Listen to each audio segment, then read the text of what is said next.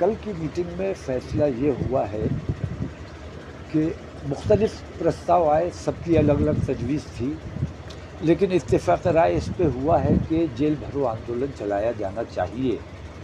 लेकिन उससे पहले एक बार अत्माम हुज्जत के तौर पर हुकूमत से बात करनी चाहिए। एक प्रतिनिधिमंडल हुकूमत से मुलाकात करे, ज़मीनी हकीकत उन्हें बताए, प्रधानमंत्री जी से टाइम लिया जाए और प्रधानमंत्री जी अगर समय देते हैं तो उनसे मुलाकात करके इन तमाम चीज़ों पर कोई निर्णय लेने का आग्रह किया जाए। और अगर इस दौरान में हमें समय नहीं मिलता है तो हमने एक हफ़्ते के बाद दोबारा मीटिंग बुलाई है। उस मीटिंग में हमारी जेल भरो आंदोलन की क्या रूपरेखा होगी, क्या डेट होगी, किस तरह चलाया जाएगा। सेंट्रल कमेटी हमारी बना दी गई है, सूबे वाइज कमेटियां बनाई जा रही हैं, जिम्मेदारियां सौंपी जा रही हैं। और जो आंदोलन होगा, मुझे लगता है कि शायद हमें आंदोलन ना करना पड़े, क्योंकि प्रधानमंत्री जी से मैं ये उम्मीद रखता हूँ, हमारे देश के प्रधानमंत्री हैं, देश के राजा हैं, तो यकीनन वो हमारी बात सुनेंगे और गौर करेंगे। और देश में जो माहौल ख़राब करने की कोशिश कुछ लोग ताकतें कर रही हैं, उसको कंट्रोल करने की कोशिश करेंगे। और अगर ऐसा नहीं होता है तो हम अपना आंदोलन करने के लिए गांधीवादी तरीके से, कोई हिंसा नहीं, कोई नारेबाजी नहीं, पुरसुकून तरीके से, पुरअमन तरीके से हम धरना प्रदर्शन करेंगे, गिरफ्तारी देंगे। और ये जेल भरो आंदोलन एक दिन का होगा या इसे कई दिन चलाया जाएगा, ये फैसला अगली मीटिंग में। ये माना जाए एक हफ्ते का अल्टीमेटम आपने प्रधानमंत्री जी को दिया? नहीं, अल्टीमेटम का लफ्ज़ प्रधानमंत्री के लिए ठीक नहीं है। नरेंद्र मोदी के लिए आप जो चाहे कह दें, प्रधानमंत्री के लिए मैं ऐसे अल्फाज ठीक नहीं समझता हूँ। हमने आग्रह किया है, रिक्वेस्ट की है कि हमें समय दिया जाए, हमारे प्रतिनिधि मंडल से मुलाकात कर लें।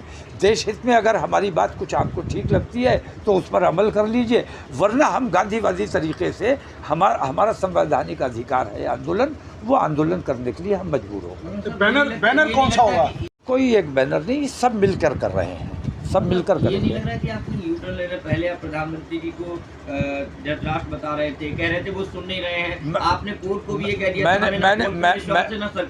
मैंने कभी प्रधानमंत्री के लिए नहीं, मैंने हमेशा ये कहा है, नरेंद्र मोदी जी का जो तरीक़ा है वो दुरुस्त नहीं है, फ़िरका परस्ती फैल रही है, उनकी तवज्जो नहीं जा रही है। और जिस तरह धृतराष्ट्र सब कुछ समझते हुए और जानते हुए और एक पक्षीय बात कर रहे थे, उसकी वजह से देश को महाभारत से गुजरना पड़ा। तो आज का राजा अगर इसी तरह खामोश बैठा रहा, उसने कोई फ़ैसला नहीं लिया, तो खुदा ना करे, हमें ऐसा लगता है, हम किसी भी कीमत पर नहीं चाहते कि हमारा देश एक और महाभारत से गुजरे। क्या करने जाते हैं तो उसको कहा जाता है कि विवादित बोल है, विवाद खड़ा कर दिया है। तो अब हुकूमत को हमारी कौन सी बात अच्छी लगती, कौन सी बात बुरी लगती, हमें पता नहीं, लेकिन हम अपने देश के हित में सोचते हैं, देश से प्रेम करते हैं और हम चाहते हैं देश में एकता और अखंडता का माहौल बना रहे।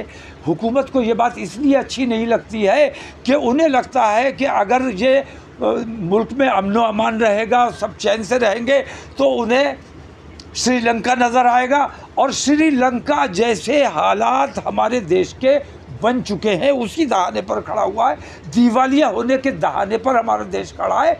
हुकूमत को इन चीज़ों की तरफ तवज्जो देनी चाहिए, हिंदू मुस्लिम से देश को बचाना चाहिए। आपने आजम खान से मुलाकात की, आजम खान से किस तरीके की बात की थी? क्योंकि जिस तरीके से चीज़ें निकल के आई कि वो सपा से नाराज़ चल रहे हैं, सपा की अगर बात की जाए तो आप भी पहले कह चुके हैं तमाम लोग नहीं, कि सपा मुसलमानों के साथ नहीं दे रही, उन्होंने आजम खान का साथ। मोहम्मद आजम खान साहब से मैंने कल भी ये बात कही कि सपा जहाँ है वहाँ तक पहुँचाने में भी आपका ही हाथ है, और सपा से अगर आप नाराज़ हो जाओगे, आज भी अलहदा हो जाओगे, तो सपा ज़मीन पर आ जाएगी।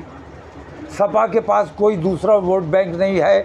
हमने देखा है सपा का जो असल वोट बैंक होना चाहिए था वो मुसलमान नहीं बल्कि यादव होना चाहिए था, और 50% से ज़्यादा यादव वोट भारतीय जनता पार्टी को वोट करता है।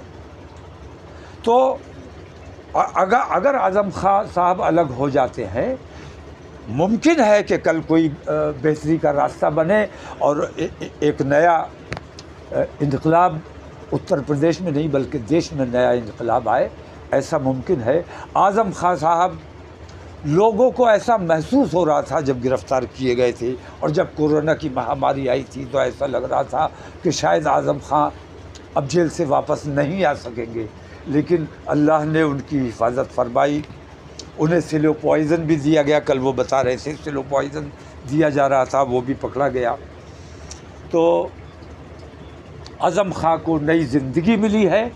तो मैं ये समझता हूँ कि अल्लाह ने कोई काम लेने के लिए उनकी ज़िंदगी की हिफाजत की है और कोई देश का कोई बेहतर काम, कौम का कोई बेहतर काम हम मिलजुल कर अंजाम देने में बहुत बड़ा कामयाब हैं। आरोप नहीं